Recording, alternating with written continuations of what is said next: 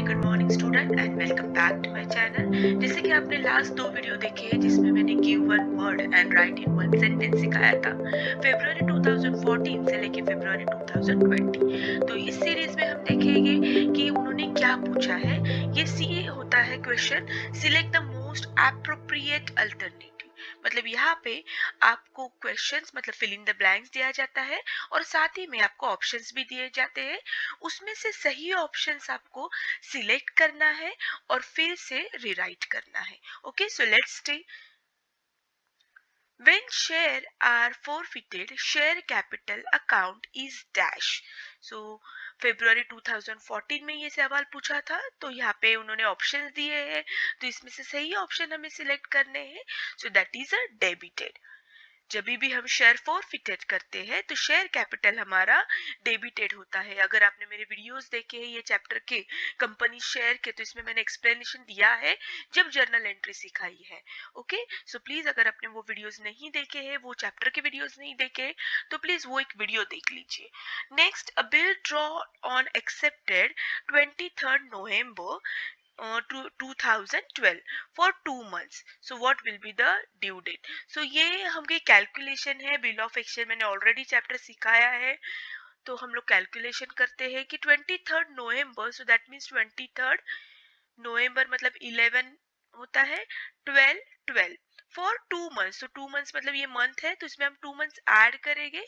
सो ये मंथ्स क्या होगा, नवंबर के बाद 2 मंथ्स ऐड करेंगे तो दिसंबर जनवरी, मतलब ये जनवरी हो जाएगा। न्यू ईयर स्टार्ट हो गया तो ये भी चेंज हो जाएगा। तो यहाँ पे आप कंफ्यूज नहीं होना है, क्योंकि बहुत बार हम वही ईयर लिख लेते हैं। And here 23, but as you know we have to add 3 grace day, तो हमने 3 ग्रेस डे ऐड किए। So it's become 26 January 2013। तो हमारी सही डेट है 26 जनवरी 2013, लेकिन 26 जनवरी रिपब्लिक डे है। दैट मीन्स ये नेशनल हॉलीडे है। तो ये भी मैंने आपको बिल ऑफ एक्सचेंज के चैप्टर में सिखाया है। जब नेशनल हॉलीडे होगा, जैसे 15 अगस्त होगा, 26 जैन होगा, तो हमें एक दिन पहले लेना है। तो 25 जैन 2013, तो 25 जैन 2013, तो ये आपको ध्यान से देना है, क्योंकि बहुत बार हम कंफ्यूज हो जाते हो। देखो हमारा एक्चुअल आंसर ये आया है, okay, but as 26 January national holiday है, तो हमें 25 जनवरी 2013 लेना है। Okay, so our answer will come 25 January 2013। Next, if opening capital 80,000, closing 1,80,000, withdrawal 10,000, additional 20, it answer comes 90,000. But now ये चैप्टर ही आपके सिलेबस में नहीं है, तो जस्ट स्किप करो। ये सिंगल एंट्री का चैप्टर है जो 11th में इंक्लूड किया है।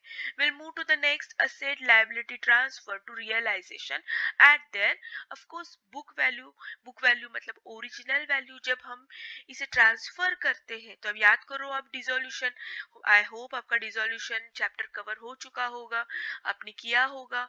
सो वहां पे हम लोग जब भी ट्रांसफर करते हैं तो book value that means original value transfer करते हैं। Okay, next, share of profit or deceased partner till the date is to be debited to profit and loss suspense account। हम suspense account ओपन करते हैं, ये भी chapter मैंने आपको सिखाया है, तो ये भी चैप्टर आप एक बार गो थ्रू कीजिए ताकि आपको ये समझ में आ जाएगा।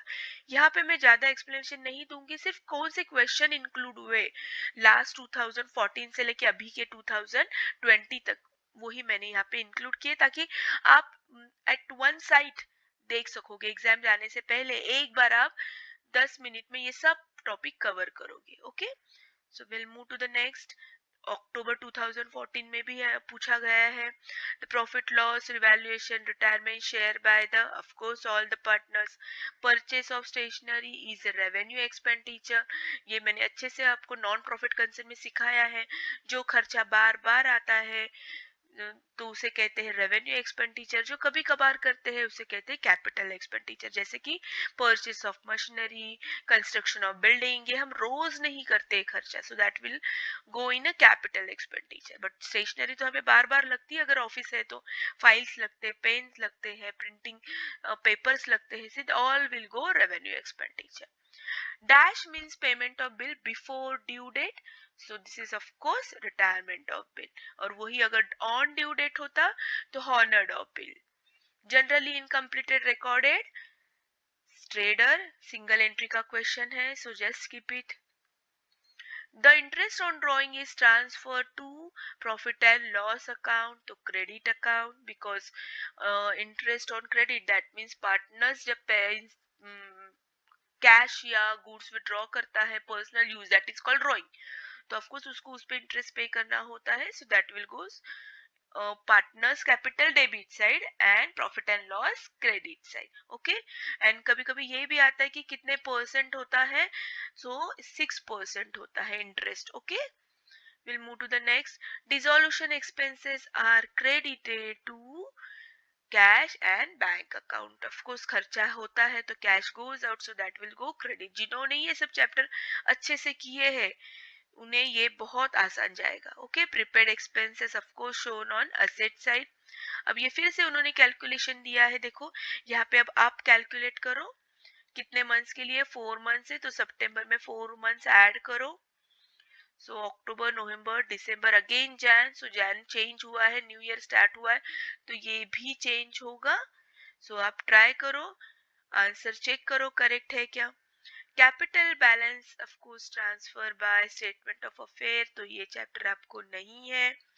From financial statement analyst, creditor are interested to know the liquidity. Liquidity का मतलब क्या होता है कि अगर ये कंपनी को हम लोन देते हैं तो कितने जल्दी लोन हमारा वापस कर सकती है, इसके पास क्या क्या असेट है जो वो इमीडिएटली बेचकर हमारी जो भी लोन है वापस दे सकती है, इसको कहते हैं लिक्विडिटी. सो क्रेडिटर्स मतलब जो हमें लोन देता है, जो कंपनी को लोन देता है, तो ऑफकोर्स उसको इंटरेस्ट लिक्विडिटी में ही होगा कि ये भैया सामने वाली कंपनी कितने जल्द से जल्द हमारा पैसा लौटा देगी. ठीक है, ये चैप्टर अभी बाकी है सिखाने का. नेक्स्ट मंथ मैं ऑफ कोर्स ये चैप्टर आपको सिखा दूंगी. Okay, now will move to the next. If shares are issued at face value it is called at par. अगर वो ज्यादा होगी तो उसे कहते हैं एट प्रीमियम, अगर वो लेस होगी तो उसे कहते हैं discount. A person who accept the bill is called acceptor, मतलब ही ड्रॉई, लेकिन यहाँ पे ड्रॉई दिया ही नहीं है ऑप्शंस. अगर ड्रॉई होता तो ड्रॉई लिखते, अगर ड्रॉई का ही दूसरा मीनिंग होता है accept. Okay, the capital beginning ये नो यूज बिकॉज ये आपको नहीं है चैप्टर सिंगल एंट्री का. Next, if any asset taken over by partner from his capital will be, कोई भी पार्टनर्स लेंगे तो of course who is the receiver, partner is the receiver, so debit, debit the receiver. ठीक है, ये भी इसमें है, डिसोल्यूशन एक्सपेंसेस में है, एडमिशन डेथ में भी है एक एक एंट्री. सो प्लीज एक बार कर लो अच्छे से. The proportion in old partners make a sacrifice ratio, sacrifice of course देखो मोस्ट प्रोबेबली क्वेश्चन में ही आंसर देते तो उन्होंने जो सैक्रिफाई करते हैं उसको सैक्रिफाई रेशियो कहते हैं. जुलाई 16 देखते हैं. All indirect expenses are debited to profit and loss account and all direct expenses debited to trading account. Okay, ये प्रॉफिट एंड लॉस का जो फाइनल अकाउंट है उसका क्वेश्चन है. Share of profit of deceased partner till the death of partner debited to profit and loss suspense account. ये repeat किया गया है, लास्ट 2 साल पहले भी ये क्वेश्चन पूछा था. If asset taken over by partner of course his capital account is debited. अभी जस्ट मैंने ये आपको बताया है. तो देखो कुछ कुछ क्वेश्चन ना बार बार रिपीट हुए हैं. Okay, there are dash party of bill of exchange. Of course there are 3 parties. बहुत बार आप कंफ्यूज हो जाते हो, you see only drawer and drawee and you write 2. ठीक है, ड्रॉवर आपको सिर्फ इतना ही होता है कि ड्रॉवर और ड्रॉई, नो, थर्ड पार्टी पेई भी हो सकती है. ये मैंने एक्सप्लेनेशन दिया है बिल ऑफ एक्सचेंज में. Okay, so there are 3 parties. Further capital introduced during the year is a deducted, but ये नहीं है आपको, सिंगल एंट्री का चैप्टर है. Return outward are deducted from the purchase and return inward deducted from the sales. तो आपको ये याद रखना है. Okay, dash is a major source of revenue income non profit concern. तो आपको सब्सक्रिप्शन, क्योंकि देखो अगर आपने ऑब्जर्वेशन किया होगा नॉन प्रॉफिट कंसर्न का तो ज्यादा सब्सक्रिप्शन पे ही एडजस्टमेंट होती है. बहुत सारा इनकम अमाउंट भी बड़ी देखो सब्सक्रिप्शन की होती है. Okay, asset and liability transfer to realisation account at their book value. ठीक है, sorry, one sec, okay. Next, a person on home bill of exchange drawn is called drawee. देखो अभी जस्ट इसके पहले स्लाइड में एक्सेप्टर था, यहाँ पे उन्होंने थोड़ा सा अलग तरीका पूछा है, ऑन होम, जिसपे हम बिल ड्रॉ करते वो कौन है, तो ड्रॉवी। अगर यहाँ पे भी एक्सेप्टर्स होता तो हमने यहाँ पे एक्सेप्टर्स लिखा होता, कोई तो एक ऑप्शन वो देंगे। ओके, सो याद रखना है आपको, drawee and acceptor are one and the same. ये आपको नहीं है सिंगल एंट्री का chapter. Will move to the next. When share are forfeited, देखो ये सेम क्वेश्चन 2014 में पूछा था, ये भी देखो 3 मंथ्स का कैलकुलेशन करो। देन ये चैप्टर नहीं है, स्किप करो ये। Then if under unrecorded liability pay और dissolution of the firm is debited, तो कौन सा अकाउंट डेबिटेड होता है, रियलाइजेशन। क्योंकि अगर आपने ये चैप्टर अच्छे से किया होगा तो हम जब लायबिलिटी लिखते तो क्रेडिट साइड में लिखते बाय लायबिलिटी, और जब उसको बाहर भेजने का टाइम आता है तो हम उसको ऑपोजिट साइड लिखते टू। ठीक है, तो ये रियलाइजेशन के कौन से साइड लिखते हैं हम लोग, डेबिट साइड। इसके लिए आपको प्रैक्टिकल प्रॉब्लम अच्छे से आने चाहिए। Okay, return outward are deducted from, अभी जस्ट लास्ट लाइन में ये हो चुका है, return from purchase. Okay, interest on drawing transfer to the credit, ये भी क्वेश्चन रिपीट किया है। Asset taken by partners, capital account is debited. देखो अभी तक उन्होंने पूछा था if asset is taken over by partner from the for capital account is dash, तो ये आंसर उन्होंने पूछा था, बट यहाँ पे उन्होंने उल्टा किया है। ठीक है, तो प्लीज आप बार बार यही जो मैंने दिया है ऑब्जेक्टिव्स बार बार रिपीट करो, बोर्ड के एग्जाम में जाने से पहले, आपके कॉलेज के प्रीलिम्स होंगी वो जाने से पहले एक बार देख लीजिए। Okay, if goodwill is raised to the extent of retiring partner's share, dash account is to debited, तो goodwill raise किया है तो goodwill ही debited होगा। ओके, डैश एक्स्ट्रा डेज, अभी मैंने कैलकुलेशन के वक्त सिखाया था, 3 extra days over allowed for a period of bill, तो इसको ही हम ग्रेस डे भी कहते हैं। सो हो सकता है ऐसे भी आएंगे, extra days is called dash, तो एक्स्ट्रा डेज मतलब ग्रेस डे। ठीक है, तो ये आप याद रखो, grace days, extra days. Okay, in the statement of profit and loss का इंटरेस्ट ऑन कैपिटल इज, क्या करते हैं हम लोग, शोन एज अ सब्सट्रैक्शन, लेकिन ये आपको नहीं है, बट ये याद रखो बिकॉज एफवाई बीकॉम में सिंगल एंट्री का एक चैप्टर ही है। Okay, now will move to the next. If opening capital ये नहीं है। Okay, the negotiable act was form, ये फर्स्ट टाइम पूछा गया था, बहुत सारे बच्चों ने इग्नोर किया था और कंफ्यूज हो गए थे क्योंकि यहाँ पे ऑप्शंस भी अलग अलग तरीके से दिए हैं। So option is 1881, Indian negotiable act, मतलब ये क्या, ये जो हम बिल ऑफ एक्सचेंज देखा है ना उसे कहते हैं। Indian negotiable act was form in 1881, कितना पुराना है देखो। ओके, तो बहुत सारे पेपर चेक जब मैंने ये बोर्ड के किए थे तो बहुत सारे बच्चों का ये रॉन्ग आंसर आया था। सो ये एक बार आप ध्यान रखो, दिमाग में रखो। Okay, next, X Y Z are a partner sharing ratio 5:3:2, if Y retire the ratio will be, क्या होगा, वाई रिटायर हो गया, वाई देखो बीच में वाला है, सो देखो ये कट करो, सो 5:2।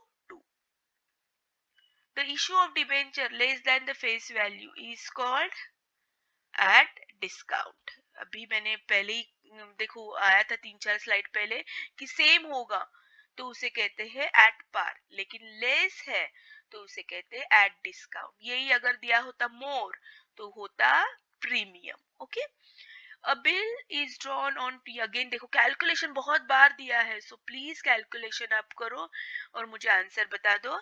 इसका आंसर आता है 14 अगस्त 2016।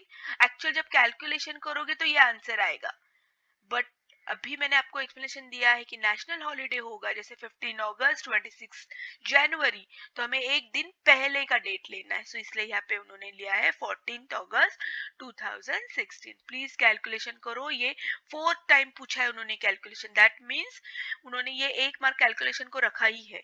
Okay, will move to further. Okay, March 2020, so finish हो गए हैं ऑलमोस्ट, मैंने सब कवर किए हैं। मेरे ख्याल से 1 अक्टूबर का कुछ पेपर मुझे मिला नहीं, अवेलेबल नहीं था, तो वो मुझे सिर्फ मिला नहीं है। बाकी मैंने ऑलमोस्ट सब क्वेश्चन कवर किए हैं। तो प्लीज आप ये वीडियो अच्छे से देखो, अगर पसंद आए तो लाइक करो, कमेंट में लिखो और क्या चाहिए। नेक्स्ट सीरीज होगी हमें ट्रू एंड फॉल्स, ठीक है। सो वो हम देखेंगे ट्रू एंड फॉल्स कितने कवर किए हैं February 14 से लेके March 20। और प्लेलिस्ट में जाके मैंने ऑलमोस्ट सब चैप्टर कवर किए हैं। अब बोर्ड की भी एग्जाम डेट आ जाएगी। सो प्लीज अच्छे से प्रैक्टिस कीजिए। So thank you so much, have a nice day, bye bye.